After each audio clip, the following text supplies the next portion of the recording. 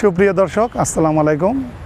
আজকে আমরা দণ্ডবিধির আরেকটা গুরুত্বপূর্ণ সেকশন, সেটা হচ্ছে 57 ধারা। এই 57 ধারা নিয়ে আপনাদের সামনে আমি কিছু বক্তব্য উপস্থাপন করব, কারণ এখানে একটা কনফ্লিক্টিং ধারা এটাকে বলা হয়। কারণটা হচ্ছে এখানে যাবজ্জীবন কারাদণ্ডের কথা বলা আছে। তা আপনারা কি জানেন যাবজ্জীবন কারাদণ্ড বলতে আমরা কত বছর বুঝি?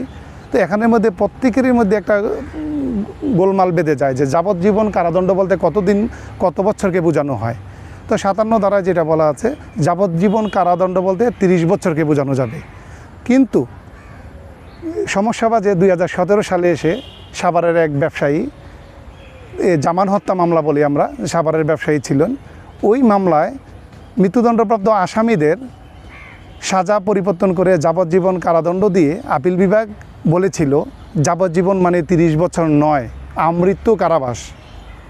পরবর্তীতে তাদের পক্ষ থেকে উক্ত রায়ের বিরুদ্ধে একটা রিভিউ আবেদন করা হয়। ওই আবেদনের চূড়ান্ত রায়ে আপিল বিভাগ স্পষ্ট করে বলে দেয় যে যাবজ্জীবন কারাদণ্ড মানে 30 বছরের কারাদণ্ড। তাহলে আমরা যেটা স্পেসিফিকভাবে যেটা জানতে পারলাম, আপনাদেরকে যদি বলে যাবজ্জীবন মানে কত, সেটা হচ্ছে 30 বছর। যাবজ্জীবন মানে 30 বছর। তবে এখানে একটু লক্ষণীয় বিষয় আছে, সেটা হচ্ছে তবে কোনো নির্দিষ্ট আদালত যদি যাবজ্জীবন কারাদণ্ড বলতে আমৃত্যু কারাদণ্ড বোঝায়, তাহলে সেক্ষেত্রে তাকে আমৃত্যু কারাবাসী ভোগ করতে হবে। তো 57 ধারায় আপনাদের যে একটা কনফ্লিক্ট ছিল যে যাবজ্জীবন কারাদণ্ড বলতে আমরা কত বছরকে বুঝবো, আমি আশা করি আপনাদেরকে এই ধারণা একটা সুস্পষ্ট ব্যাখ্যা দিতে পেরেছি। 57 ধারা অনুযায়ী যাবজ্জীবন কারাদণ্ড রিভিউর রায়ে যেটা বলা আছে সেটা হচ্ছে 30 বছর।